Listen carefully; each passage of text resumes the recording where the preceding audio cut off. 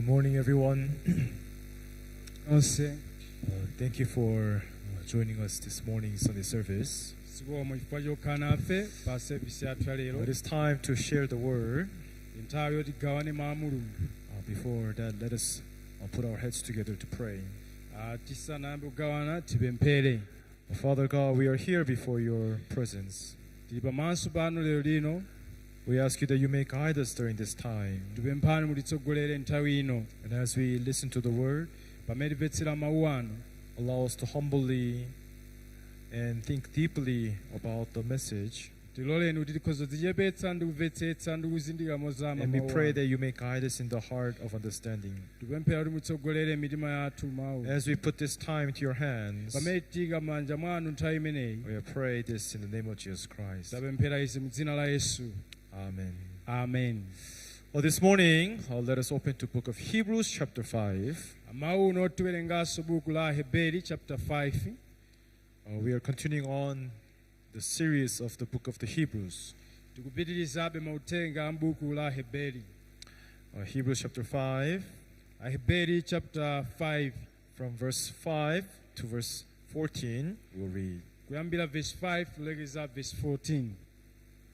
If you have your Bibles, please open to Hebrews chapter 5, Ngati muli ndi mabaibulo tsekulani Heberi chapter 5 and from verse 5, we'll read. kuyambira verse 5 tiwerenga. Please check the screen here. Screen is not coming.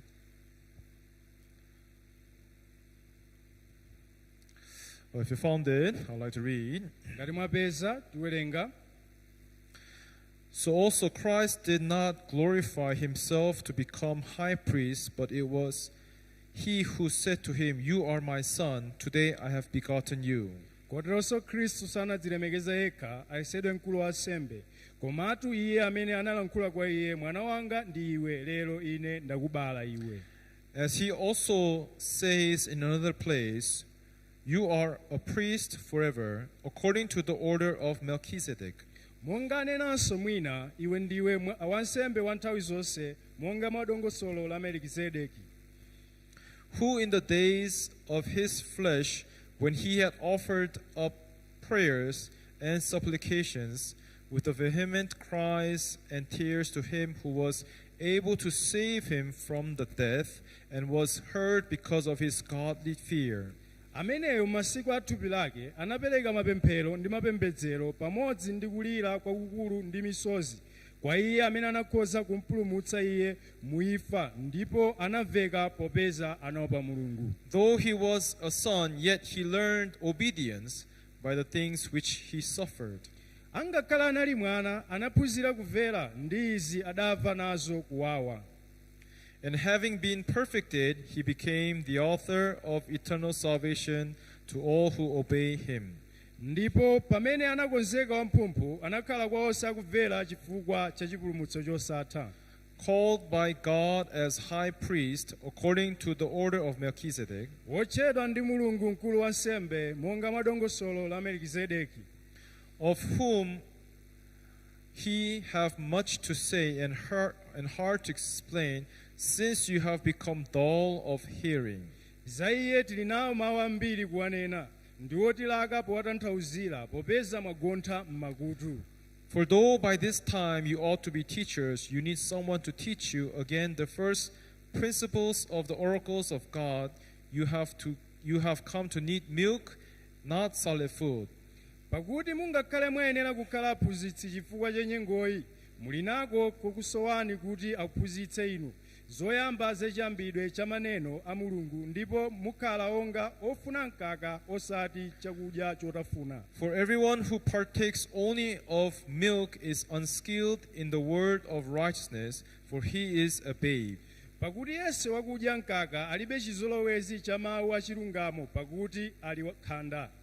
But the solid food belongs to those who are full age, and that is, those by reasons of use have their senses exercised to discern both good and evil.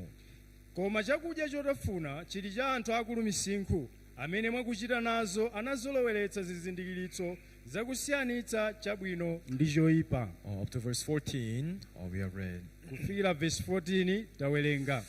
Oh, everyone, if you look inside the Bible with the eyes searching for, what can I do to be blessed? Mukayang'ana baibulo ndi maso oyang'ana kuti ndichite chani kuti ndidalitsike. You'll be very much limited because there's not much to say about faith through works. Inu mukhala opelewera chifukwa palibe chimene chikufotokoza cha chikhulupiriro chochita ntchito. But if you see the Bible to seek what is the heart of God, Koma mukaona baibulo pakuyang'ana mtima wa Mulungu, and if you're there to search for what is the teachings of the heart, there are so many things that we can discover from the Bible. komanso mukafufuza zimene zili pa mtima pa Mulungu, zilipo zambiri zimene mukhoza kupeza m'Bible. I personally believe that our whole lifetime we will not be able to compass all the heart that God is trying to teach us. Tikukhulupirira kuti sitidzakwanitsa mwina kuzindikira zonse zimene Bible likutiphunzitsa.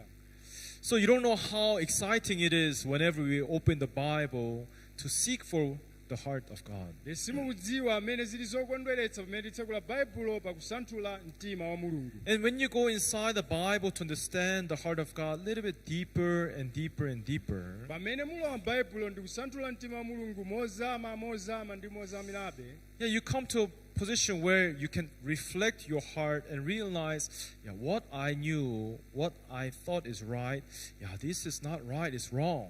nde mumafika pamalo amene mumazindikira mu mtima mwanu ndi kudziwa zoti zimene ndimaganiza kuti nzoona sizoonanso ndi zabodza. And then when we meet the exact heart of God, nde pamene mwakumana ndi mtima weniweni wa Mulungu, like as you have walked through the desert ngati mene mukuyenda mu chipululu, in the hot scorching sun, malo amene muli wotentha ndi dzuwa, you're so thirsty, your throat is sore and dries out.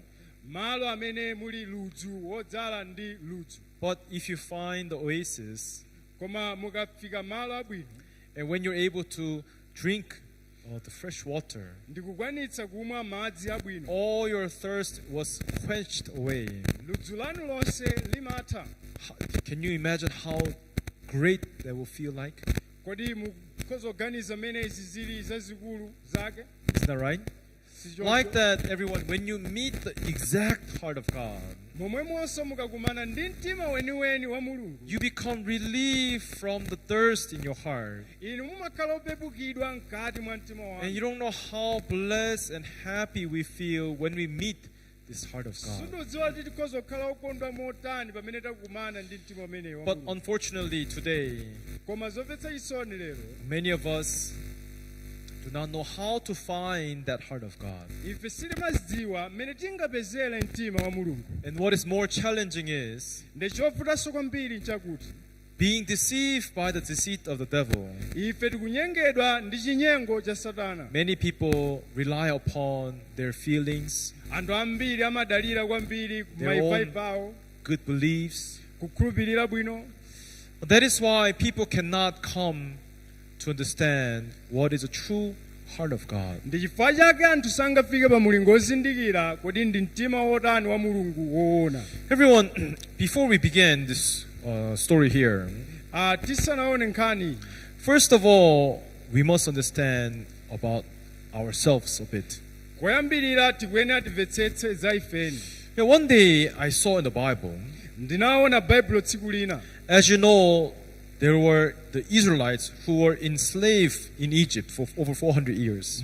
Monga mukudziwa ana Israeli anali ku kapolo zaka 400 wa Igupto. You know that story, right? Mukudziwa nkhani imene sichoncho. But finally, God has sent Moses, Ndi kumapeto Mulungu akutumiza and Mose. through those 10 plagues which God has put upon Egypt, Ndi kudzera mwa Mose miliri 10 kubwera pa Igupto. God had freed the Israelites from the bondage of the Egyptians. Ndi Mulungu akuwatulutsa ana Israeli mu ukapolo It's wa not Igupto. just 4 years.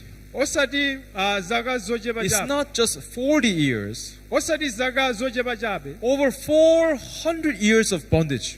Koma zaka zokwana 400. Israelites have become free from the 400 years of bondage life. Ana Israeli akutulutsidwa ku zaka 400 za ukapolo. You understand? tikumvetsetsa. And they became free and they came out from Egypt, and God led their way into the land of Canaan. Ndakuchotsedwa ku Igupto ndikupita kulendo opita ku Kanaani. Compared to that 400 years, the 40 years of life in the wilderness is 1/10. It's nothing. Ndikuyelekeza ndi zaka 400 zimene anali uku, zaka 40 za muchipululu si kanthunso iyayi. But if you see, soon it's not even 40 years, not even 10 years, not even 5 or 1 year. Mutati muone sizinatenge zaka zambiri kapena 5 kapena chaka chimodzi. Soon after they came out from the land of Egypt, Atangotuluka kwa Igupto, when they came and stood before the Red Sea, atangofika pa nyanja yofiira, from that moment people start to complain against Moses. kuyambira nthawi imene anayamba kudandaulira kwa People Mose. start to go against God. Anthu anayamba kulimbana ndi Mulungu. What did they say? Amanena kuti chani? Why did you bring us out here Watichotseranji kutibweretsa pano? to die in the wilderness? Kuti tife m'chipululu. If you're going to make us die, think about it. There's no graveyard in Egypt. Taona kodi kwa Igupto unalibe manda oti tidakayikidwa? Now, you might wonder, if you think logically, Nde mukamaganiza mo. if you're so thankful zimene grateful. zoyamikika. and grateful, Zimene zikhale for zoyamikika. 400 years of bondage, you have become free. Kwa zaka 400 awatulutsa. You think that you should be thankful, rejoicing, praising God, glorifying Him, right? Apa ndikuganiza kuti amayenera kumayamika, kumakondwera, kumulemekeza Mulungu. But it's not that the Israelites were glorifying God. They were complaining to God because of small problems they faced. Koma apatu awa sakuyamika konse, koma kudandaula chifukwa cha kanthu kochepa. And then it's not just once. Nde sikamodzi kokhaso, Whenever there was lacking of water, pamene pamasoweka madzi, people complained. anthu amadandaula. Of course, through God's miraculous ways, God gave them water.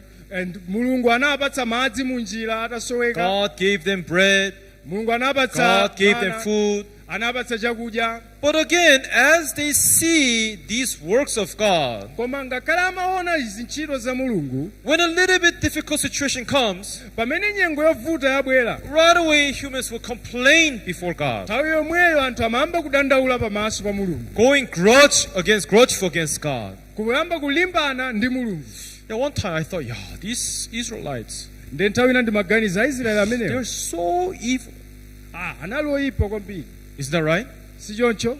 For 400 years of bondage, if God has made them to be free, Kwa zaka 400 Mulungu apanga kuti atuluke. to spend their whole life thanking God, glorifying God, it will be lacking. Awatu amayenera nthawi yonse moyo wawo kumuyamika Mulungu, kumulemekeza. But just the moment they come out, Koma atangotuluka mosachedwa, they start to complain against God, ambanso kudandaula kulimbana going ndi Mulungu. grudgeful against God. Kuyamba kukamba zambiri kulimbana ndi Mulungu. Everyone, it's not just Israelites. Osati Aisraeli okha. If you come to New Testament, Mukaonanso there are the disciples of Jesus, panali ophunzira Ambuye Yesu. right? Si choncho? Every Jesus Christ came and personally He chose these disciples and established them, teach them, give them faith, above all, teach them this precious gospel. Nde Yesu anabwera mwini ndikuwasankha, ndikuwaphunzitsa, ndikuwapanga kuti akhale atumwi a uthenga wabwino wa mtengo wapatali. And they have become free from sin. Awa anachotsedwa ku uchimo. And they have seen with their own eyes, they ate together, they walked together, they lived together with that Jesus. Ndawaona ndi maso awo, adya limodzi, akhala limodzi, ayendera limodzi ndi Yesu Khristu. Right? Si choncho? How grateful blessing is that? Kodi izi ndi zodalitsika motani? But the night when Jesus was captured, Koma ano tikaona Yesu atagwidwa, what did the disciples do? ndi chani chimene anachita ophunzira? Fight for that Jesus? Amatsatira Yesu? Or all ran away? Kapena wonse kuthawa? All ran away. Onse anathawa. Everyone. Wina aliyense. Now, if you come to this position, Mukafika pa mulingo umenewu, you might wonder in your minds, mukhoza maganiza you might maganizo wonder in mwanu. your heart, Kudabwa mtima mwanu. how faithless were these disciples that they will forsake that Jesus kodi anthu awa anali opanda chikhulupiriro chotani kuti mpaka namuthawe Yesu, who they have been following for 3.5 years, amene akhala naye kwa zaka zitatu ndi hafu, seen the miracles, kuliona zozizwa, seen his to perform his works, akuchita ntchito zake, healing the palsies, akuchiritsa healing the lepers, kuchiritsa healing the akhungu, lames and the blind, anthu akhungu and komanso odwala all the osiyanasiyana. miracles they have seen. Mamirako onse amene achitika aona. In the night when Jesus was caught, Koma Yesu atagwidwa, all these disciples, they turned away and ran away. ophunzira onse awa akuthawa kumusiya Yesu yekha. Probably in your hearts, Mu mtima mwathu if these disciples were here, ophunzira adakakhala you apo, want to point fingers at them, right? bwezi tikuwaloza zala sichoncho. You, Peter, Iwe John, Yohane, James, Yakobo iwe, Andrew, Andulu iwe. how evil are you? Kodi ndi oyipa motani inu? Everyone, if you're just seeing the story like that, Mukamvetsetsa nkhani ichonchi, you're totally misunderstanding the Bible. apa ndekuti inu simukumvetsetsa nkomwe Baibulo. Everyone, you must understand something. Mukuyenera mumvetsetse china chake.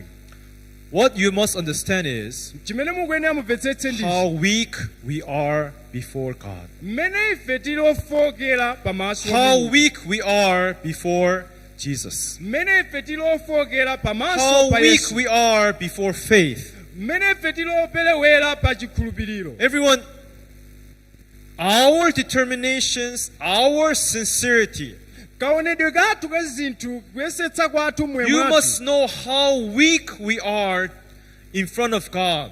Zutipanga izi kudziwika mmene ife tili ofoka pamaso pa Mulungu. Really, can we rely upon our sincerity? Kodi ife tikhoza kudalira kuchita kwathu kwa Our zinthu bwino? truthfulness, how truthful do you think we humans are? Choona chathu mmene tikuganizira ife anthu kuti tili. Everyone, you might not understand, Mwina simungamvetsetse. but Bible is telling us Baibulo ikutiuza that we are weak, lacking before God and faith. ife ndife anthu ofoka ndi osowa. Understand? Kumvetsetsa. So, Bible is speaking to us like this. Nde Baibulo lilankhula ife Today motere. we read Hebrews chapter 5. Lero tawerenga Hebrew Let's chapter just 5. see where we have shared the word last week, verse 2. Nde tione pamene timakambirana wiki yatha verse 2. Everyone, there is a very important message here. Pali utenga wofunikira apa. Here in Hebrews chapter 5, verse 2, He can have compassion Akale okhoza kuva chifundo. on who? Ndani? It says here, on those who are ignorant. Kwa iwo osadziwa. Everyone, does Bible say that He has compassion on those who are faithful? Kodi akunena kuti ali ndi chifundo kwa iwo amene ali okhulupirika? Or does Bible say that He has compassion on those who are ignorant? Kapena ava chifundo kwa iwo amene ndi osadziwa kanthu? It says, He can have compassion on those who are ignorant Kwa iwo amene ndi osadziwa. and going astray. Ndiwo amene akusokera. Right? Si choncho. Everyone, what is fixed in our minds, Kodi chikukhazikika m'malingaliro mwathu ndi you chani? think that God will have compassion on those who are faithful. Kodi muganiza kuti Mulungu achitira chifundo kwa iwo You think that okhulupirika? God will have compassion upon those who are good believing. Kapena kwa iwo amene amakhulupirira bwino? But the truth is, Koma choona ichi. don't despise the love of God. Musasokoneze mawu a Mulungu. God has compassion to those who are ignorant, who goes astray. Mulungu akuchitira chifundo kwa iwo amene ndi osadziwa kanthu ndiwo amene akusokera. You understand? Tikumvetsetsa? You understand, everyone? Tikumvetsetsa aliyense? Reason is, Chifukwa chake if nchakuti really God's love is based upon outwardly works of faith, ngati Mulungu atamaona chikhulupiriro chakunja, like you have, imagine your minds, if you really think that God loves those who are really sincere and determined and faithful, ngati muganiza kuti Mulungu akukonda iwo amene amachita bwino amayesetsa okhulupirira, you have highly misunderstood the true love of God. inutu kusamvetsetsa kwanu n'kwakukulu kwa chikondi cha Mulungu. You have to repent. Tikuyenera tilape. Understand? Tikumvetsetsa? Now, because you are fixed in your minds, God loves those who worship Him, who glorify Him only. chifukwa choti inu mwakhazika m'malingaliro mwanu mulungu amakonda iwo amene amampembedza amamulemekeza. What you try to do is that you try to become such person. Nde chimene mmayesetsa kuti mukhale munthu wa mtundu Someone who otero, is worthy. munthu amene Someone who is faithful. amene alokhulupirika, A good worshiper. amene wopembedza bwino. But everyone, you have misunderstood the whole concept of faith. Apatu simunamvetsetse nkhani yonse ya chikhulupiriro. Everyone, faith is not trying to become someone who is worthy.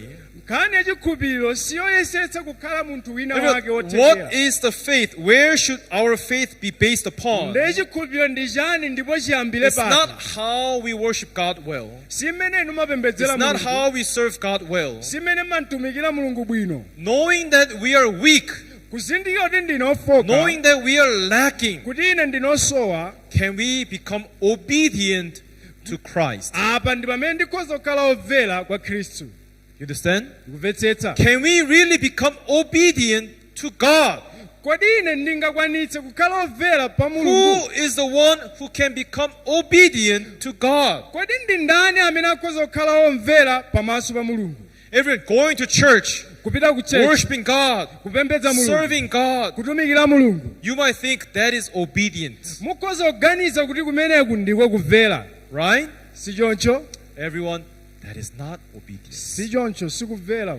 Everyone here, Mukaona apa. before we go on the last slide, since he himself is also subject to weakness. Popeza iye yekhaso amazingwa ndi chifoko. Now, everyone, Jesus Christ came down to this world Yesu Khristu anabwera pa dziko and lapansi. he wore this flesh, Ndi anavala thupi. same flesh that we are wearing right now. Thupi limene ife tili nalo pano. And he have seen Ndipo anaona the temptations that comes upon this flesh. mayesero amene amabwera pa He thupi. has experienced himself Anakumana nazo the yekha. thoughts that arise with this flesh. Zinthu zonse zimene zimabwera pa thupili. Understand? Tikumvetsetsa. He has experienced all the evil thoughts, all the temptations that we experience in our life. Iye anakumana nawo maganizo onse, mayesero And onse amene timakumana nawo. What was the conclusion? Nde kumathero kwake nkutali kotani. After experiencing that, Atakumana ndi zimenezi. humans cannot overcome these temptations. Anthu sangagonjetse zinthu izi. Do you understand? Tikumvetsetsa. Humans cannot overcome this deceit. Anthu athupi sangagonjetse chinyengo. Humans cannot overcome sin. Anthu sangagonjetse tchimo. Understand? Tikumvetsetsa. Understand, everyone? Tikumvetsetsa aliyense. Jesus Christ, he wore this flesh and experienced the temptations that we have, Nde Yesu anavala thupi ndi kukumananso ndi zovuta and zimene came to wamanazo. conclusion to realize that we are so weak that we cannot overcome sin. Atakumana ndi mayesero onse anafika pa mathero kuti ife ndife ofoka ndipo sitingagonjetse But tchimo. everyone, Jesus Christ was different. Nde Yesu ndi osiyana. In case of Jesus Christ, Tikaona za Yesu Khristu. if you see Hebrews chapter 4, Mukaona Hebrew chapter 4 verse 15, verse yake ya 15 it says like this: akutere. For we do not have a high priest who cannot sympathize with our weakness. Pakuti sitili naye mkulu wa nsembe wosatha kumva chifundo ndi zofoka zathu. He cannot sympathize with our weaknesses, Wakutha kumva chifundo ndi zofoka zathu. but was in all points tempted as we are, Koma wayesedwa mzonse monga ife koma opanda tchimo. he was tempted like us. Wayesedwa ngati ife. Bible says, Bible in ikuti all points, muzonse muzinthu zonse. desire of lust, Kaya chikhumbo, desire of seeing, tchimo, desire of eating, chilakolako desire of chakudya, wanting to sleep, kugona. all the desires that you can think of. Zokhumba zonse zimene ife tikhoza Jesus kuganiza. Christ was also, Yesunso naye he was also tempted in all these fleshly weaknesses. anayesedwa ndi zonse zofoka za thupili. But the difference between we and Jesus is, Koma kusiyana kwa iye ndi ife. yet Jesus was without sin. Koma iyeyo wayesedwa koma okhala opanda tchimo. Understand? You Kumvetsetsa. understand, everyone? Kumvetsetsa So aliyense. now going back to Hebrews chapter 5 verse 2, where we Mukapita read, pa Ahebreyu chapter 5 verse that's 2. why Jesus is telling us, Nde Yesu akutiuza. I have understood how weak you humans are. ndamvetsetsa mmene muli ofowokera inu anthu. I know how much ignorant and how much you are people who can go astray. ndazindikira mmene inu simukudziwira komanso kuti mukhoza kungosokera. Because since he himself is also subject to weakness, he wore this flesh like us. chifana yesu anavala thupi ndi kukhala ngati ife. Understand, everyone? tikumvetsetsa aliyense. So we cannot deny that Jesus Christ knows us better than ourselves. sitingakane kuti yesu akutidziwa bwino kuposera mmene ife timadzidziwira. So he knows as we are trying to worship him, believe in God, akudziwa mmene tikuyesera kuti timkhulupirire but tindalire. knowing that whenever the temptation, kuti nthawi yonse pamene abwera whenever the chiyeso, temptation of sin comes to us, pamene mayesero abwera kwa ife, he knows that we are people who can only fall.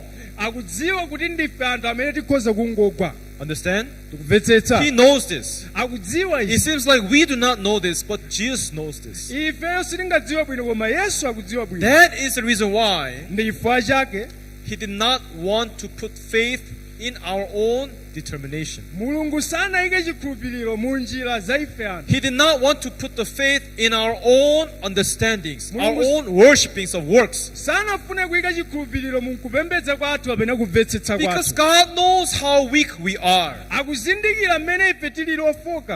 You understand? tikumvetsetsa. Now, after understanding this, pakumvetsetsa izi, like the story I explained to you, monga nkhani ndinakufotokozerani, when the Israelites came out from Egypt, pamene aisraeli akutuluka kwa igupto, right? sichoncho. God did not even expect them to be thankful. mulungu sanayembekeze kuti akhoza kukhala oyamika. God knew how weak and lacking humans are. mulungu amadziwa kuti ndi ofoka komanso osoweka motani. Everyone, the temptation is not just sin.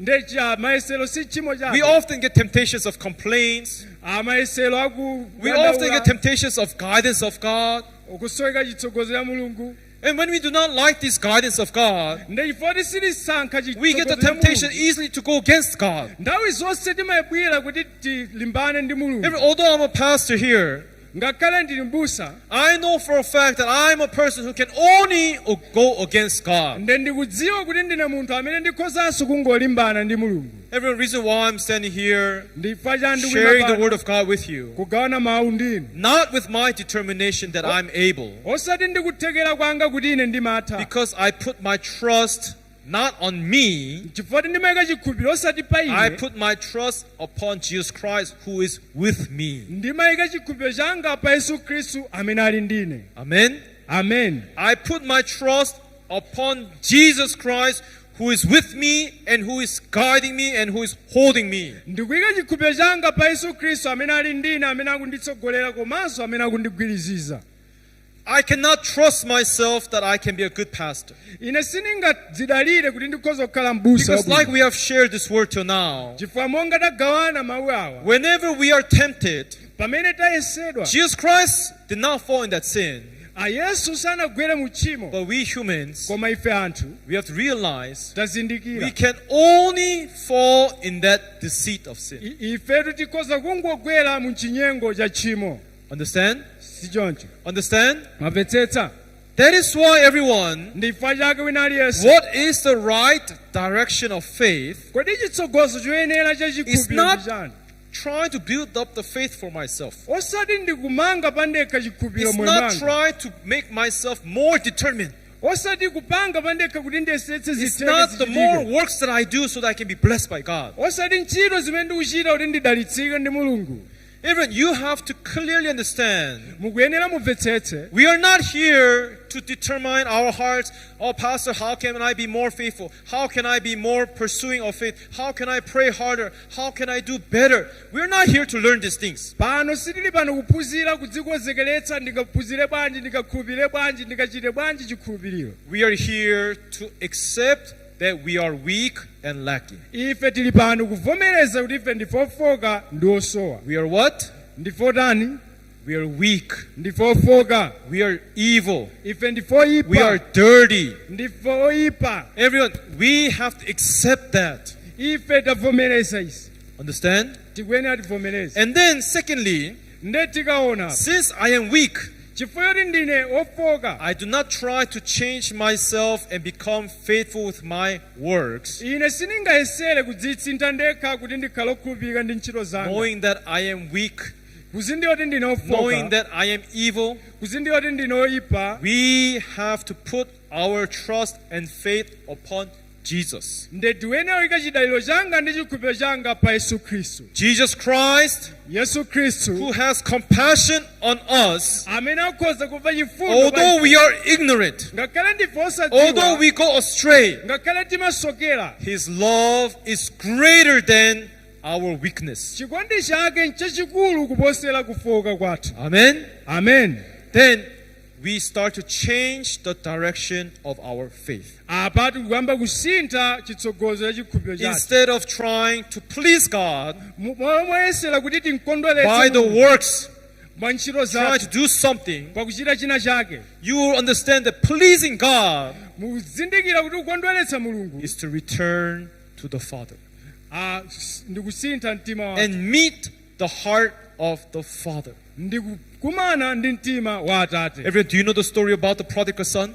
mukudziwa nkhani ya mwana olowerera You know that story? mukuzindikira nkhani imeneyi Yes. When does the prodigal son depart from his father? ndi litiro limene analowerera mnyamata ameneyo And when does he come back to the father? nde ndi litinso limene anabwerera Think of this story. ganizirani za izi Prodigal son mwana one olowerera day came to father and asked, Father, give me the portion of goods that will fall upon me. anapita kwa atate ake ndigereni chuma cha gawo langa Father is not even dead. He's alive.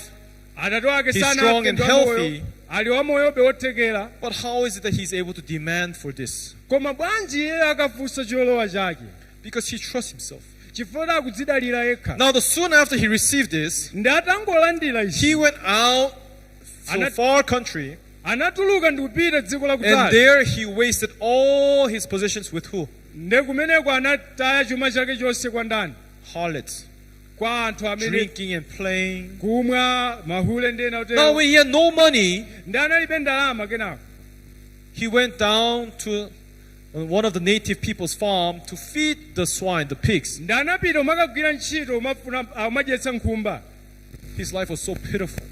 ntchito iyi Do you think that he yopetsa asked for this money to live such a pitiful life?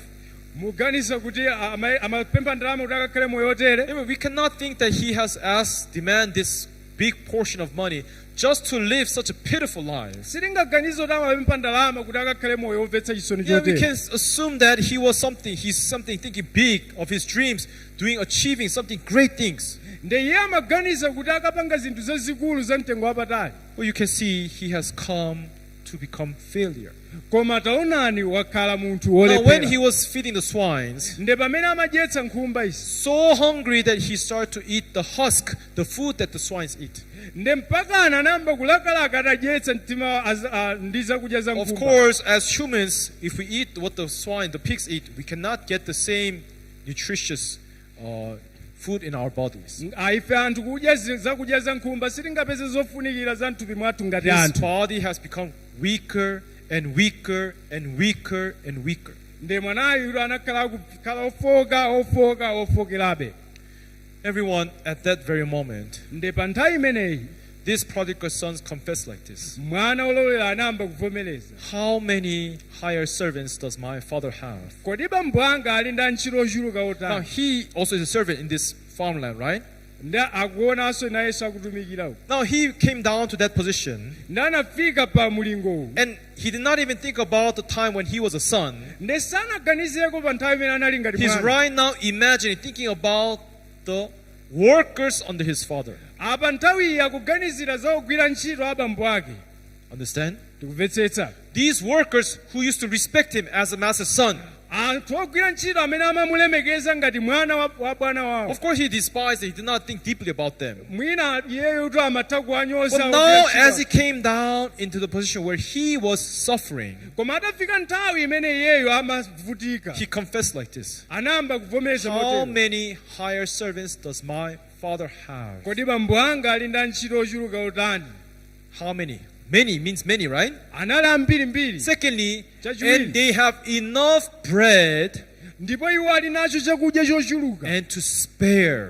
mpaka na china chomatsala Which konse. means my father was so kind. Bambo anga ndi abwino He fed kwambiri, his servants amachita bwino kwa enoughly, and they had bread to spare. amathandiza ogwira ntchito ndi kuwapatsa zakudya zina nkumatsala konso. Reason why he's able to think of these things, Ndi chifukwa chani amaganiza zinthu he izi. does not have bread to spare. Iyeyo alibe chakudya. Do you understand? Tikumvetsetsa. Bible says, but I am here Nde Bible kufotokoza kuti ine muno, perishing with hunger.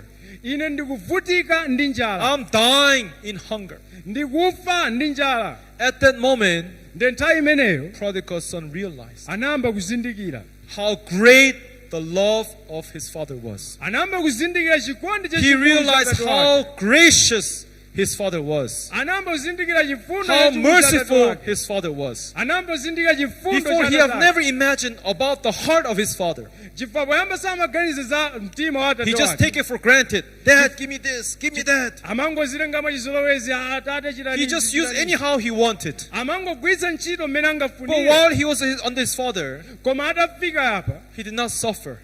nthawi imene samavutika. It made him to think that he is the one who is doing good. Ndi amaganiza kuti iye ndi I'm wabwino. special. Nthawi imene samavutika I'm amaganiza good. ndine wabwino Now I wopambana. can do everything myself. Ndikhoza chita chilichonse pandekha. But when he departed from father, Koma atachoka kwa Atate ake, you can see his life failed. He went down and down and down to a position where he's perishing with hunger. pamene moyo wake unayamba kulephera ndi kutsika mpamba kuvutika. At that very moment, Pa nthawi imeneyi, the prodigal son thinks about the merciful, the compassionate heart of his father. nthawiyi anayamba kuganiza za mtima wachifundo wa Atate wake.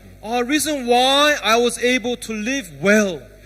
Chifukwa chani Atate wanga amakhala moyo wabwino. Reason why I was wealthy and healthy in my father's house. Chifukwa chani ndimakhala moyo wabwino m'nyumba Not ya because Atate. I was good, Osati chifukwa not ndine because I wabwino, worked hard, osati chifukwa not ndimagwira because ntchito, I served him. osati chifukwa ndimayesetsa kupanga It zinthu was bwino. because of his compassionate, loving heart towards me. Apa nambozindikira kuti ndi chifukwa cha chifundo chimene anali nacho pa He ine. thought about the heart of the Father. Anamboganiza mtima wa Atate That motero. is why he rose up.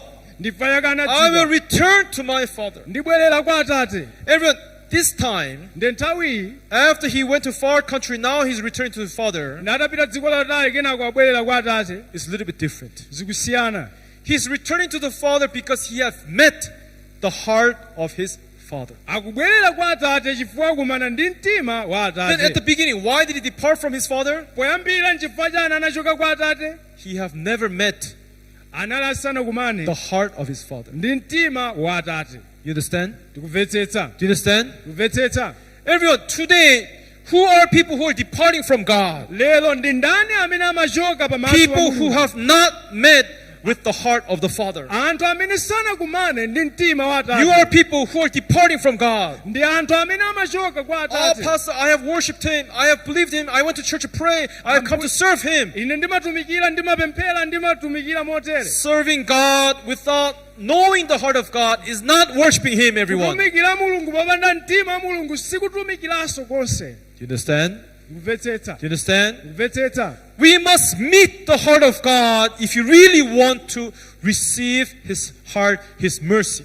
Tipeze mtima wa Mulungu tikumane nawo ndi kulandira chifundo cha Atatechi. Everyone, there was a one king in the Old Testament Panali mfumu ina mchipangano chakale who loved God, amene amakonda Mulungu, who wanted to worship Him, amene amafuna who kumpembedza, wanted to serve Him, amene amafuna kumtumikira, but God rejected him. koma Mulungu anamkana. What? Chani? He rejected him for serving Him? Anamukaniza To kumtumikira, worship God. kumpembedza iye. Yes, God rejected him for his service and his worship. Do Yezona anamkana kuti asamtumikirenso iyeyo. you know who that was? Mukudziwa ndani ameneyo? Do you know who that was? Mukudziwa ndani? Do you want to know who it is? Mukufuna mudziwe kuti ndi ndani? His name is King Saul. Mfumu Sauli. Even let's look in 1 Samuel chapter 15, Tikaona 1 Samuel chapter 15, verse 28. verse 28. Let's see Tuone. 1 Samuel chapter 15, 1 Samuel chapter 15.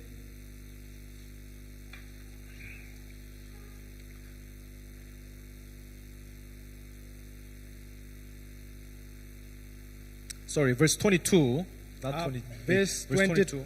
22. Now, this is a story where God commanded Saul to go and kill all the Amalekites. nkhani pamene mulungu anamtuma sauli kuti akaphe anthu onse a amaleki Yes, Saul did that, nde atachita zimenezi but one thought came inside Saul. nde china chinabwera m'moyo mwake He won the war, kufuna mdziyo he won this battle. akufuna We won. tawina tapambana We won. tapambana nkhondoyi But now, tsopano as the one who knows how to worship God, monga munthu amene madziwa kupembedza as the mulungu one who knows how to worship the Lord, monga munthu amene madziwa kupembedza mulungu we need to give our sacrifices. tikuyenera kusungako nsembe zina Everyone, is there anything wrong? kodi ndizooneka zolakwika izi Is there anything wrong with this idea? pali cholakwika pa nkhani pa ganizo ili But it's wrong if God rejects it. koma ndi choyipa ngati mulungu wachikana Everyone, worshiping God is not wrong. kupembedza mulungu But sikolakwika because you do not understand the exact heart of God, koma chifukwa simukuzindikira bwinobwino mtima wa because you do mulungu not understand the accurate heart of God, you have not met the heart of God, simunazindikira mtima weniweni wa mulungu and then worshiping God, nde kupembedza mulungu that is evil. nde kuti ndikoyipa Saul, what he did, nde sauli chimene anachita this heart of thinking that I have won, mtima wake oganiza kuti ndapambana we won. ndagonjetsa So now we need to worship the Lord, giving glory and honor to Him. nthawi ino tsopano tiyenera kupembedza mulungu kumpatsa ulemu ndi ulemerero kwa iyeyo This thought arose in Saul's heart. nde mtima umaganizo anadzuka mkati mwa mtima But wake before this battle, nde asanatero God commanded Saul, mulungu adamulamula I don't want any worshiping. sindikufuna kupembedza I don't want mulungu any sacrifice. sindikufuna sembe I don't iliyonse want you to turn glory towards me. sindikufuna maulemerero Just aliyonse utterly destroy all the Amalekites. mukangoononga amaleki wonse koteratu Understand? tikumvetsera That was the command of God. apatu nde linali lamulo la mulungu Now, when the Saul has won the war, nde sauli atapambana nkhondo imeneyi Saul's heart was a little bit different.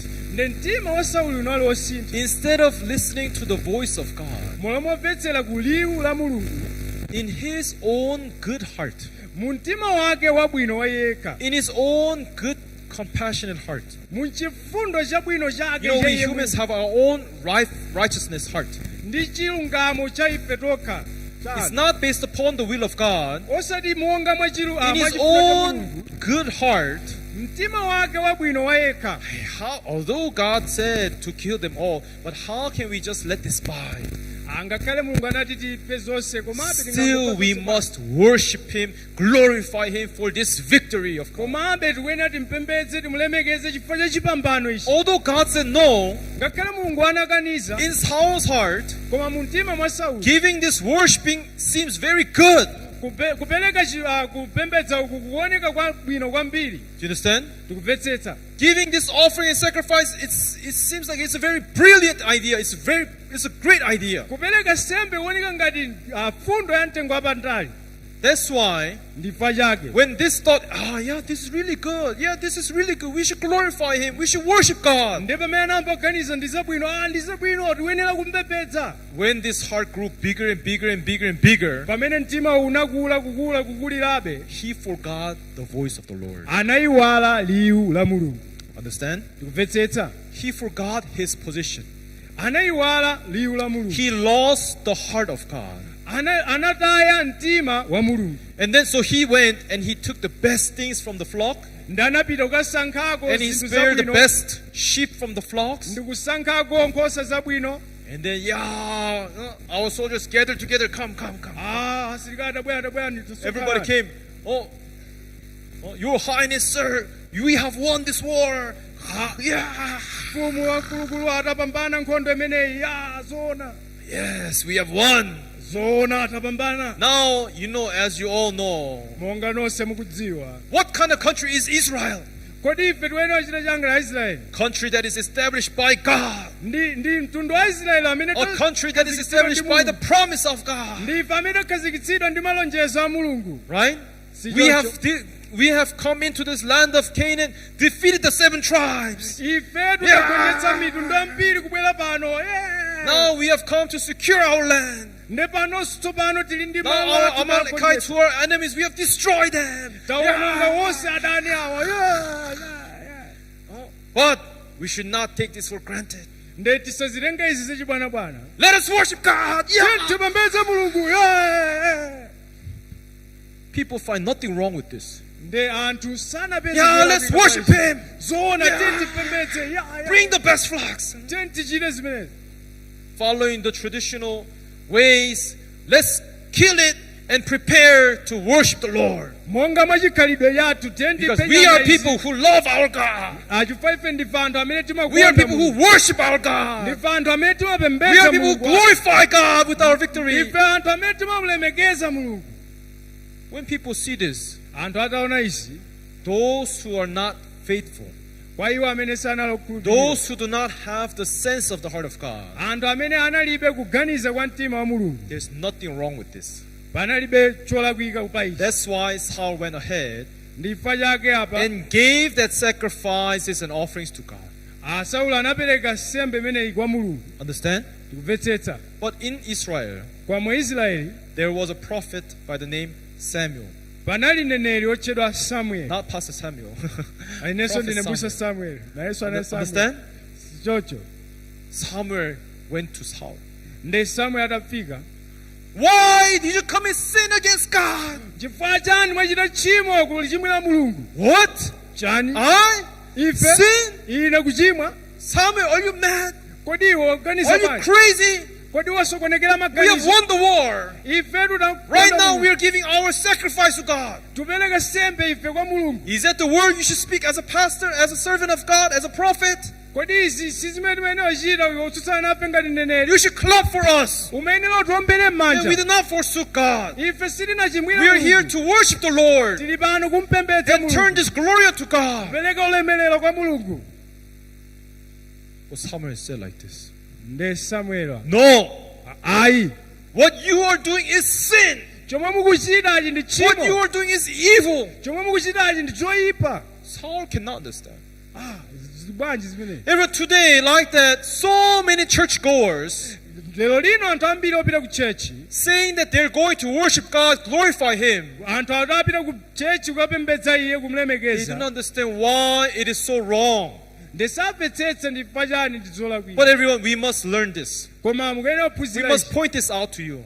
Chifukwa zili kwa inu. Without understanding heart of God, Kupanda kuzindikira mtima wa Mulungu. without having met with the exact heart of God, Mosakumana ndi mtima weniweni wa just going to Mulungu. church and worshiping God, Kongopita ku chechi in God's kukangopembedza. eyes, it is evil. Ndi tchimo lalikulu. Understand? Tikumvetsetsa. In your eyes, it might seem it's beautiful. M'maso mwanu zikhozaoneka It's zokongola. so sacred. Zabwino It kwambiri is so zoyera. holy. Zoyera kwambiri. But in God's eyes, Koma m'maso a Mulungu it is so evil. ndi chinyanso kwambiri. Because the heart of God is, Chifukwa mtima wa Mulungu He's before any worshipings of sacrifices before God, pa sembe zonse zisanaperekedwe pamaso a Mulungu. to realize how weak, lacking we are. Tizindikire mmene ife tilofokera ndi operewera pamaso pake. Understand? Timvetsetsa. That's why Samuel says like this. Ndi chifukwa chake Samuel akulankhula choncho. 1 Samuel chapter 15 verse 22.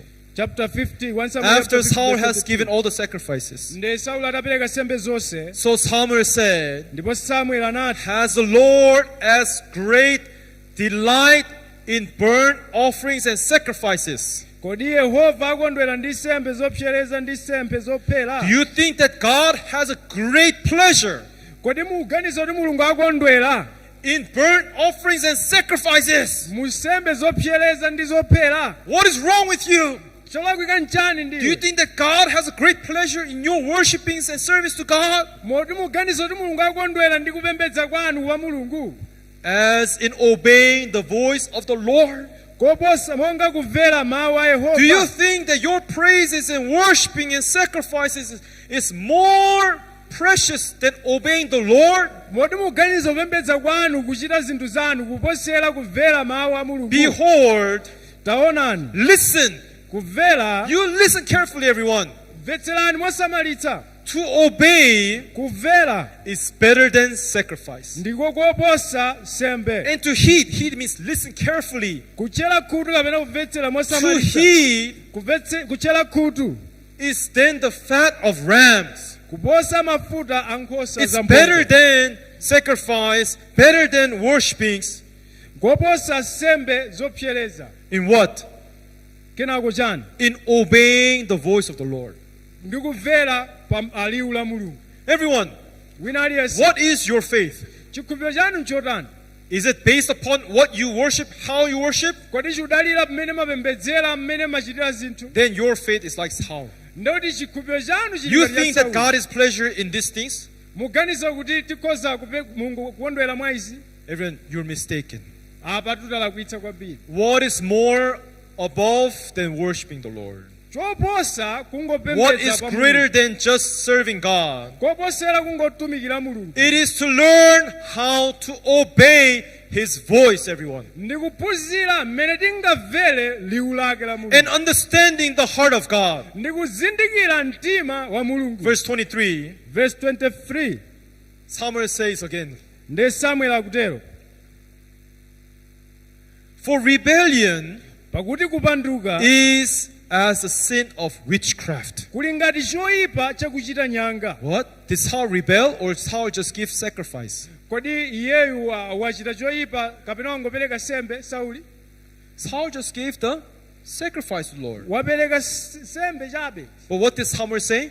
Koma Samuel akuti chani? You have just rebelled against God. Iwetu wapanduka kulimbana ndi Mulungu. Instead of understanding what is really the heart of God, Mosazindikira kuti mtima wa Mulungu just ndi thinking chani. from your side, I know how to worship God, I will serve Him, I will glorify Him. Kongoganiza kuti ndiudziwa mmene ndingatumikira Mulungu You ndimtumikira have just ndipembedza. rebelled against God. Apanduka pamaso pa Mulungu. And this rebellion Ndi kupanduka is a kumene sin. ndi choyipa. Now, going to church and worshiping God, praising God, glorifying God is a sin. Kupita ku chechi kulemekeza ndi chimo. Pastor, isn't this not too much? How can you say going to church and praising, worshiping God is sin? Kodi apa simunonjeza abusa munganene bwanji kuti kupita ku mpingo kupembedza Everyone, ndi chimo. if we do that without knowing the heart of God, it is sin. Ngati tichita zimenezi mosazindikira mtima wa Mulungu ndi Without chimo. understanding the full heart of God, Mosazindikira just mtima with wenu my wenu own Mulungu. determination, Mwakungoganiza mukuona with my kwathu, own understanding, kumvetsetsa kwathu, with our own good thoughts, ndi maganizo athu abwino, I can worship God, I know how to serve God. ndikhoza kumpembedza Mulungu ndifuna kuntumikira Everyone, Mulungu. that is sin. Limenelotu ndi And that chimo. is a rebellion against God. Kumeneko ndi kupanduka pamaso pa Mulungu. Understand? Ndikumvetsetsa. Here Bible says, how much of a sin? Bible tichani? Sin of a witchcraft. Zofanana ndi chimo la kuchita nyanga. Stubbornness Ndi mtima waliuma. is as iniquity and idolatry. Uli ngati kupembedza milungu yachabe. Because you have rejected the word of the Lord, Popeza inu mwakaniza mawu a He Yehova. has rejected you from being king. Yesu anakaniza inu. Everyone, in other words, Mwanjira ina you must know one thing. mukuyenera mudziwa chinthu We chimodzi. humans Ife can anthu worship God, tingapembedza praise Mulungu, God, kulemekeza Mulungu, glorify God, kulemekeza Mulungu as we reject the word of God. pamene tikukana mawu a Mulungu Like Saul. ngati Sauli. You understand? Tikumvetsetsa. So if you do not know Bible carefully, Ngati sitikudziwa Baibulo if you do not understand the word of faith accurately, ngati sitidziwa njira ya that is why chikhulupiriro it requires you to learn this word of God. ndiyifane kupwitsani kuti You must come muphunzire and mawu. listen to be guided in faith. Mukuyenera mumvetsere ndi If you are not being guided well in teachings of this faith, ngati simungatsogozere bwino ndi chiphunzitso you cha might be chikhulupiriro, worshiping God in sin. mukhoza kumpembedza Mulungu mu And that tchimo. sin is like witchcraft. Ndi tchimo limeneli lili ngati And your kuchita stubbornness, nyanga. not changing your heart, is like idolatry. Ndi mtima uliuma uli ngati kupembedza What is the mafano. first three commandments of God? Ndi lamulo loyamba la Mulungu loti Have chani? no other God before me. Musakhale na milungu Do ina not take my pasi name in vain. Do not take my name in pano. vain. Musatchule dzina langa pachabe. Do not make any graven image before me. Musapange chosema china chilichonse pa ine. Right? Si choncho. Everyone, right now, Samuel is pointing out, Saul, what you are doing is idolatry, it's witchcraft. Ndiyo Samuel akumuwuza chomochita Sauli itu chimenechi ndi tchimo ndi Oh, kupembedza why are you mafano. doing such a great evil before God? Chifukwa chani muchita tchimo lalikulu Because lotero? of this, Chifukwa cha ichi God forsake you. Mulungu aukanani. God has forsaken you. Mulungu aukanani. Everyone, don't you think we should think about this deeply?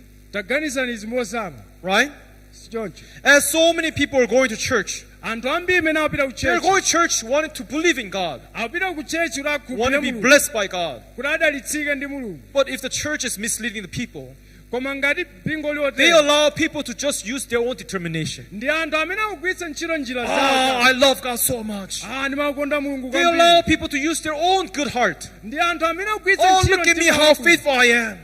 ine ndinokhulupirika kwambiri And they do not uphold them from following their own ways and thoughts. ndi akutsata njira zawo mmachitidwe Look at me, I'm glorifying God, I worship God, I'm crying, I'm confessing my sins. Look at me, how sincere I am. ndikulemekeza mulungu ndikulapa machimo anga ndinokhulupirika ine Everyone, what is more important than that worshiping ndechoposera kuchita is zonsezi to hearken to the voice of the Lord. ndikumvetsera kuchera Learning the obedience is more important, everyone. kukhala womvera ndechofunikira kwambiri wina aliyense Understand? tikumvetsetsa So if there was a choice here today, panakhala pali chisankho your determination machitidwe athu or azinthu obedience, kapena kumvera which path of faith should we go? kodi mbali iti imene ife tikuyenera tipite Your works, ntchito zathu your sincerity, kuthekera kwathu or obedience, kapena kumvera which path should we take? kodi ndi njira iti imene tikuyenera titenge Which way? ndi njira iti Which way? njira itiyo We must follow where? tikuyenera kutsatira njira iti Obedience. yomvera It is above your worshipings. ndiyoposera It is kupembedza above kwathu your sincerity. ndiyoposera machitidwe athu It is abwino above azinthu your works. ndikoposera ntchito zathu What is? ndi chani Obedience. kumvera Understand? tikumvetsetsa Everyone, we must focus to this word obedience. tikuyenera tiganizire mawu amozama kuti Bible says kumvera. obeying is better than sacrifice. the bible tikumvera loposa sembe Everyone, let's go back to chapter 5. then tione chapter 5 ija Let's see tibwerere here verse 8. tione verse Hebrews 8 chapter 5 verse 8. aheberi chapter 5 verse 8 Everyone, there's a very precious word here. pali mawu amtengo wapatali apa Though he was a son. angakhala anali mwana We're talking about Jesus, right? akukamba za ndani za yesu You know, Jesus Christ, the King of Kings, Almighty, yesu mfumu ya mafumu wamphamvu zonse who has power and authority. amene ali ndi mphamvu ndi ulamuliro Bible says, baibulo likuti although he was a son, angakhala anali mwana yet he learned what? anaphunzira kutani He learned what? anaphunzira kutani Yet he learned obedience. iye anaphunzira kumvera Everyone, let me ask you one question. nde ndikufunseni funso When limodzi you compare ourselves with Jesus, kodi ife tingazifananize tokha ndi who is Yesu? greater? ndi ndani Jesus. Of course, Yes. that's not even a question, right? amene ali wabwino Pastor, ndoti ndi of yesu course, Jesus is greater. yesu ndi wamphamvu ndi wabwino What does kwambiri Bible say about Jesus? nde baibulo liti chani First of all, he's a son of God. akuti ndi mwana wa mulungu choyamba Bible says the government shall be upon his shoulder. nakuti ulamuliro udzakhala pa phewa He lake shall be called ndipo iye adzatchedwa Wonderful, wodabwitsa Counselor, wauphungu or Mighty. wamphamvu zonse Right? si choncho Is that right? si choncho But even that Jesus Christ, ndi ngakhale yesu khristu amene- although he is the Son of God, ngakhale ali mwana wa mulungu yet komabe he learned what? anaphunzira chani He learned what? anaphunzira kutani Obedience. anaphunzira kumvera Although he has power, in other words, ngakhale ali ndi mphamvu although he has all the authority, ngakhale ali ndi ulamuliro onse yet what does he put above? koma ndi chani chimene Does akuchika he put pamwamba his powers, authority above? kodi akuyika pamwamba Or- mphamvu zake Does he put obedience above? kapena akuyika kumvera pamwamba He has put obedience above his name. iyeyu anayika pamwamba pa zonse He kumvera has put obedience above his authority. iyeyu anayika pamwamba pa ulamuliro wake Jesus kumvera Christ has put obedience above his powers. yesu anayika pamwamba pa mphamvu zake But who kumvera are we koma ife ndife ndani that we put our worshiping above obedience? kuti ife timayika kupembedza kwathu Who are pamwamba we pa that kumvera? to put our sincerity above obedience? ndife ndani amene tikhoza kuyika machitidwe athu a zinthu abwino What pa are we kumvera? that we are able to put our works of faith above obedience? ndife ndani amene tikhoza kuyika ntchito zachikhulupiriro pamwamba pa kumvera Everyone, we went beyond the line. We went beyond too much. ifetu tikupitilira mulingo wathu. Everyone, this Jesus Christ, Ndi Yesu Khristu who is Son of God, amene ndi who mwana is wa Mulungu, wonderful Counselor, Almighty God. amene ndi wauphungu wa mphamvu zonse. Yet, even himself, he possesses faith. He follows God with what? With obedience. Iyenso anali nacho chikhulupiriro ndipo anatsata Mulungu ndi kumvera. What kind of faith do you want to follow? Ndi chikhulupiriro chanji chimene mufuna mutsatire nacho Mulungu? Still, you think that you're able? Muganizabe kuti inu muli Still, you nkuthekera? think that you can worship him? Muganizabe kuti mukhoza Still, you kumpembedza? think that you can serve him? Muganizabe kuti mukhoza kumtumikira? Everyone, we are greatly mistaken. Apatu ndiye kuti tagwa mu tchimo What tanyengedwa. we must learn Chimene tikuyenera is not kuphunzira how we will glorify and how we will worship him better, si mmene tingampembedzere kapena knowing kumlemekeza. how weak and lacking we are, Kudziwa mmene knowing that we tilofokera. are unable people. Kuzindikira kuti tilibe kuthekera. We must learn this heart of Jesus Christ. Tikuyenera kuphunzira mtima wa Let Yesu this Khristu. mind be in you, which was inside Jesus Christ, Bible says. Mtima umene unali mkati mwa Yesu Khristu. Although being equal with God, Ngakhala nalofanana ndi Mulungu. Bible says he did not take it as a robbery, not like a robber, Bible lisanachitenga ichi to be equal cholanda with God. kuti akhale ofanana ndi Although he has Mulungu. the power, he did not become equal with God. Sanachitenge cholanda kuti akhale Bible ofanana says ndi Mulungu. instead, Komano he humbled himself anadzichepetsa yekha even to the point of death. kufikira ifa. Why today Ndi people do not fajande. obey the word of God? Chifukwa chani silingamvere mawu a Mulungu? Simple. Mophweka. Two reasons. Zofuna ziwiri. One, Choyamba, you do not have the same heart as Jesus. ulibe mtima ofanana ndi Yesu Khristu. Right? Si choncho? Right? Si choncho? Secondly, Chachiwiri, you do not humble yourself like Jesus. sudzichepetsa ngati mene Yesu anadzichepetsera. Everyone, like I said, Monga nanena, if you learn this Bible about the world of heart, ngati munaphunzira mtima wa Mulungu there is Bible, endless world of faith that you can learn from this Bible. pali chinthu chachikulu chimene tikhoza kuphunzira But if you're chikhulupiriro. looking for just to behavior, Komano tikangoona machitidwe how a do you zinthu, worship him? How can I pray? How can I kupembedza serve him? tikhoza kupemphera bwanji, There's nothing to learn. si zimene tikufunika kuphunzira. That's why people who are based upon their faith by works, behavioral faith, Chifukwa chake anthu ambiri amene akuyesetsa chikhulupiriro chawo they don't need mwakuchita Bible. They don't need Bible. sawerenga baibulo. Already you have become masters of worshiping God. Kungoona kupembedza mumene Already you have angachitese. become the masters of serving God. Akhala anthu amene akuyesetsa kupanga zinthu bwino. But if you are here to learn the heart of God, Koma mukakhala pano kuphunzira mtima wa if you are Mulungu, to combine your heart with Jesus, ngati mudaphatikiza ndi mtima wa Yesu and to Khristu, learn not of sacrifice and worshiping, to learn the faith of obedience, mudaphunzira nkana yachikuvera osati kupereka sembe, we need this Bible, tikufunika baibulo iyi. right? Si choncho? We need this guidance. Tikufunika chitsogozo ichi. We cannot live without learning the Word of God. Ife sitingakhale mosaphunzira mawu a Mulungu. Our fellow Good News Mission members, Kwa onse amene ndi a Good and News, for those who are not here watching through GBS, ndiwo amene akuonera GPS, faith, true faith, chikhulupiriro choona is to hear the voice and being obedient. ndi kumvera liwu la Mulungu ndi kukhala omvera. That is the heart of Jesus Christ. Umenewu ndi mtima wa Yesu Khristu. He was obedient, Iye anali omvera. although he was a son. Ngakhale anali mwana. Understand? Kumvetsetsa. Now, when we realize how weak and lacking we are, Mukazindikira mene tifofoka ndi osowekera. no matter how weak and lacking we are, Apo satengera it's kufoka not kwa. by our behaviors, Si chifukwa cha it's khalidwe not lathu. by our works. Kapena ntchito zathu. It is to obey what Bible says. Koma ndikumvera chimene Bible likufotokoza. Then today, Jesus Christ will come inside you. Ndikukumana ndi Yesu Khristu. He will start to work inside you. Ndikuyamba kuyenda mkati mwa iye. Let's look here, verse 9. Tione verse 9. That's why Bible says here, Ndifake Bible likuti. and having been perfected. Ndipo pamene anakonzeka waphumphu, Having been means you have been made.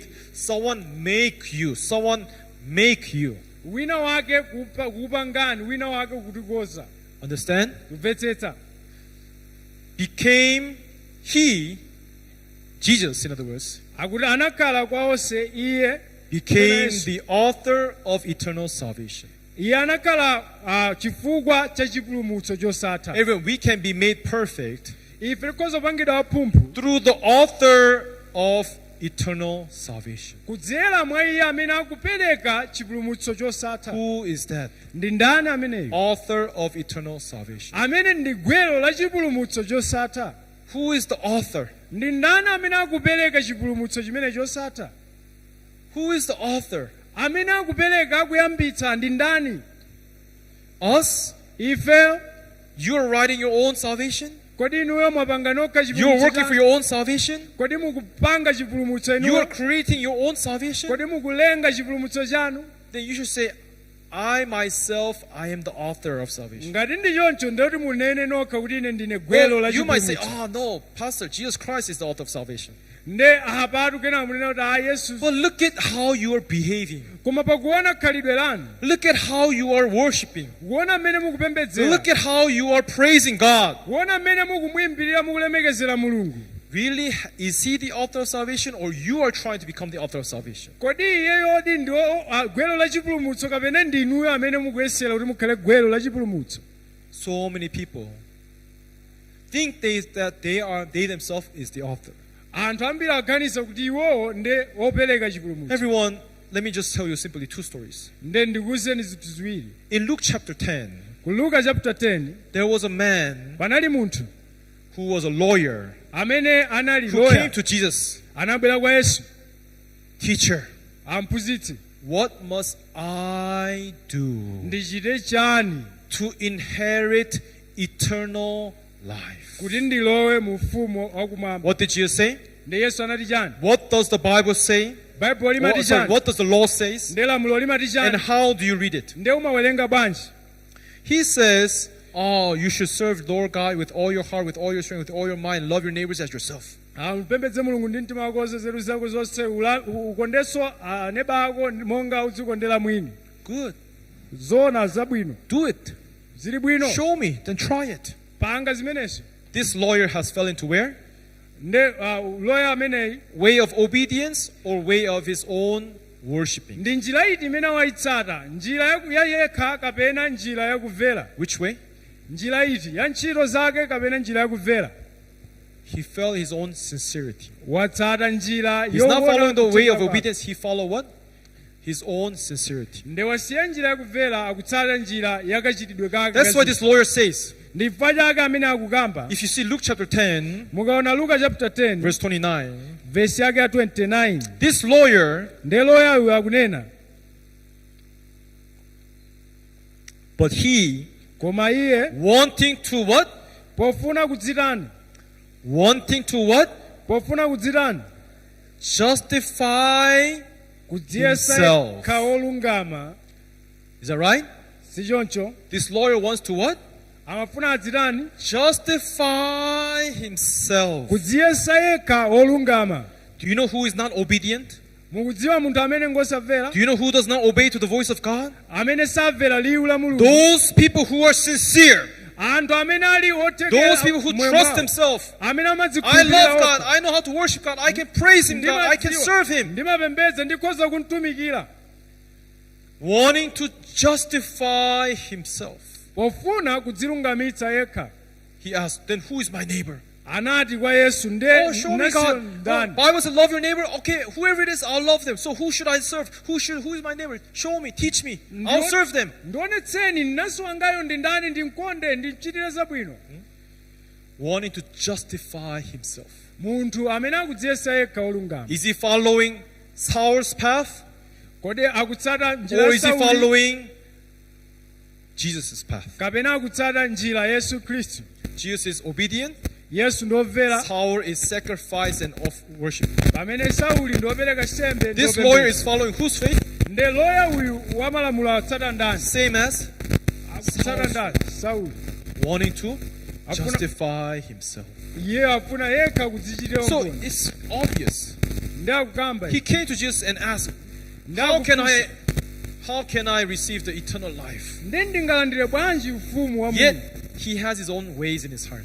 Chonsecho ali ndi njira zake zopanga Right? zinthu. Si choncho? Right? Si choncho? Everyone, you think that God cannot know that? muganiza kuti mulungu samadziwa izi? While you are trusting in your own ways, I know how to worship God, I know how to have belief in God, I can worship Him, I can be saved by this works, I can keep the commandments. Pamene mukutsata njira zanu ndi kudziwa ndikhoza kupembedza ndikhoza pereka Yes, you think that you are so sincere, you think that you are so determined. pakuona njira zanu zikachitidwa You kazi can deceive me, mukhoza kundinyenga but ine you cannot deceive God. koma simunganyenge mulungu. Did God allow salvation there? Kodi mulungu alola chipulumutso umu? Do you think that this man, Jesus allowed, you're a truly saved person? Do you think Jesus acknowledged him? Kodi muganiza kuti yesu amuyamikira nkunena kuti Jesus zoona ati cannot kuchita bwino? acknowledge who are self-righteous, Mulungu sakuzindikira iwo Or- amene wodzilungamitsa okha who are self-trying to become justified. kapena amene akuyesetsa okha kuti akhale olungama pamaso pake. In the other hand, there was one centurion in Matthew chapter 8. Nde panalinso munthu wina pa Mateyu chapter 8. And when this centurion came before Jesus, Nde kentuliyo amene anabwera kwa Matthew Yesu chapter 8, verse 8, ndakulankhula. centurion is a Roman soldier, Nde kentuliyo ndi came to msilikali wa Jesus. Chiroma.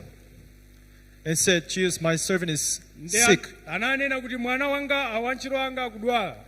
Jesus rather would say, okay, I'll go to your house and I'll heal him. Nde Yesu akuti okay ndibwera nyumba kwako ndikamchiritsa. But this centurion, Nde uyu he kentuliyo knew Jesus Christ. anamudziwa Yesu Khristu. He heard about Jesus Christ. Anamva za Yesu Khristu. He knows what to follow. Akudziwa zoyenera This is kutsatira. how he confessed. Ndi mmene akuyankhulira. Centurion answered and said to the Lord, Nde kentuliyo anayankhula nati, I am not what?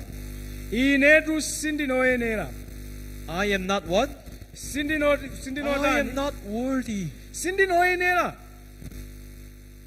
that you should come under my roof. Kuti mukalowa pansi pa tsindwi langa. Koma Only speak a word. mungonena mawu. Only speak what? Mungonena chani? Only speak a word. Mungonena mawu. What kind of faith does he have? Ndi chikhulupiriro chotani chimene ali nacho? Self-worshipping or obedience? Kodi choyesera kupembedza yekha kapena What kumvera? kind of heart? Ndi mtima wanji? He has a faith of Ali obedience. ndi chikhulupiriro chakumvera. Is that right? Si choncho. Who? Ndani? Those people who possess the exact heart of Jesus Christ. Anthu amene akukhala ndi mtima weniweni wa Yesu I Khristu. told you the two hearts of Jesus Christ. Nde ndinakuwuzani mbali ziwiri za Yesu Khristu. What is the two hearts of Jesus Christ? Ndi zinthu zili ziwiri zimenezi. Do you remember? Mukumbukira? What did I say? Ndinati ndi chani? One, Choyamba, you forgot? mwayiwala. I just preached this just during this service. Ndinangolalikira Two things that Jesus Christ has. zinthu ziwiri zimene Yesu Khristu anali nazo. Huh? Huh? Chani?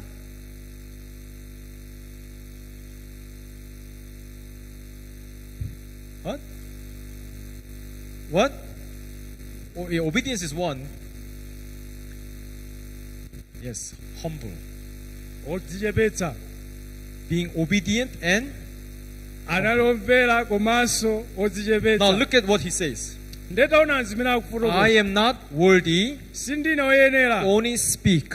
Ungolankhulani. Does he have these two things or not? Ali ndi zinthu ziwiri izi kapena? Obedience and humble, does he have or not? Kodi ali ndi zinthu ziwiri zokumvera ndi kudzichepetsa? What did Jesus say? Nde Yesu anati chani? I have not found Ndabwera ine. such a great faith, Sindapeza not chikhulupiriro even in chotere Israel. mu Israeli. Right? Si choncho. It was the greatest faith. Chinali chachikulu. But the lawyer in Luke chapter 10, Koma loya pa Luka chapter 10 wanting to justify himself, akufuna kudzilungamitsa yekha. what must I do? Ndichite chani? He followed obedience or self. Akutsatira kumvera kapena chilungamo cha yekha? Does he have the heart of Jesus Christ? Kodi ali ndi mtima wa Yesu Khristu? You know what I mean? Mukudziwa limwe There are ndikutanthauza? two kinds of people here in this world. Ndi anthu awiri osiyana Among those many believers. pakati pa kukhulupirira. But depending on these different hearts, Koma kutengera kusiyana mitima iyi. still you think that you can worship him. Muganizabe kuti mukhoza kumpembedza. Your faith is like the lawyer. Chikhulupiriro chanu chili ngati cha loya uyu.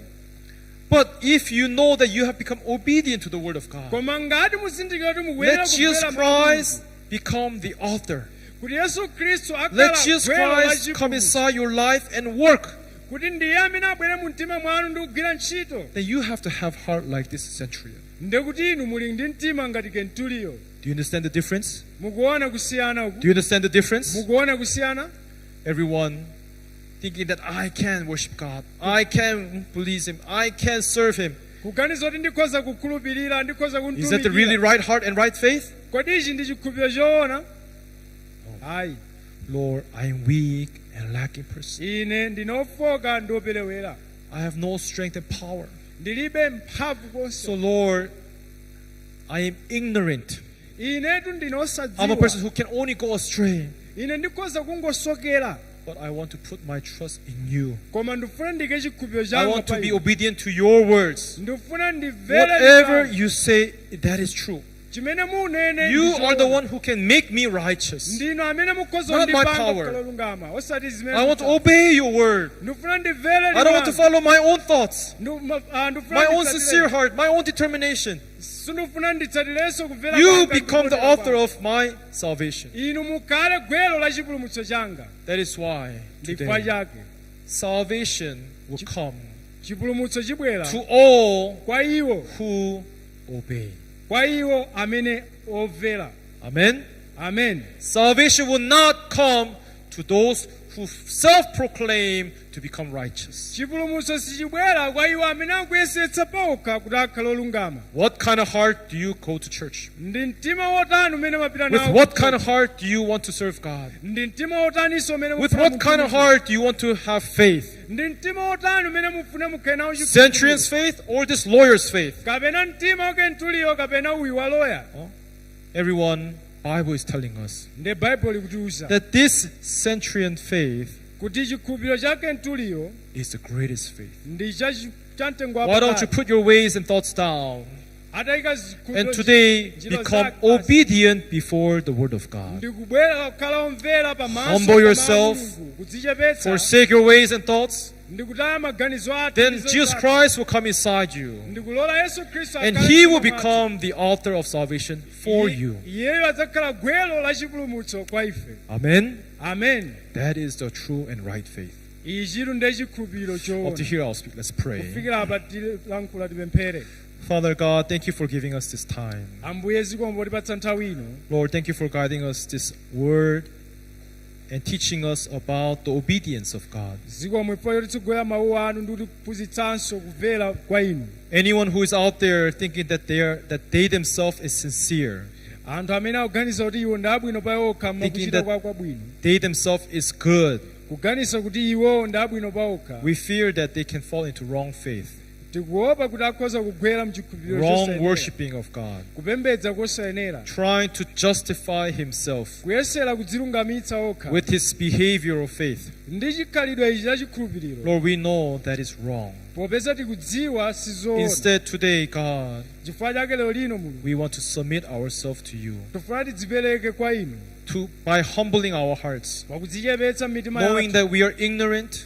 Kudziwa kuti ndife We are osadziwa. people who can only go against God. Ife amene tikhoza kungosokera. That's why we don't want to rely upon our own will. Ndifake sitifuna zikhulupirire We mchifuniro want to look chathu. upon the Word of God. Tifuna tiyang'ane pa And we chifuniro want cha to be Mulungu. obedient to your voice, Tifuna timvere to kuti your word. mawu anu. And Jesus Christ will surely become the author of salvation for us. Yesu Khristu akhale gwero la chipulumutso chosatha. Guide us in this faith, Titsogolereni chikhulupiriro ichi. and surely we'll be blessed Ndipo ife tidzakhala with your odalitsidwa mercies. ndi chifundo zanu.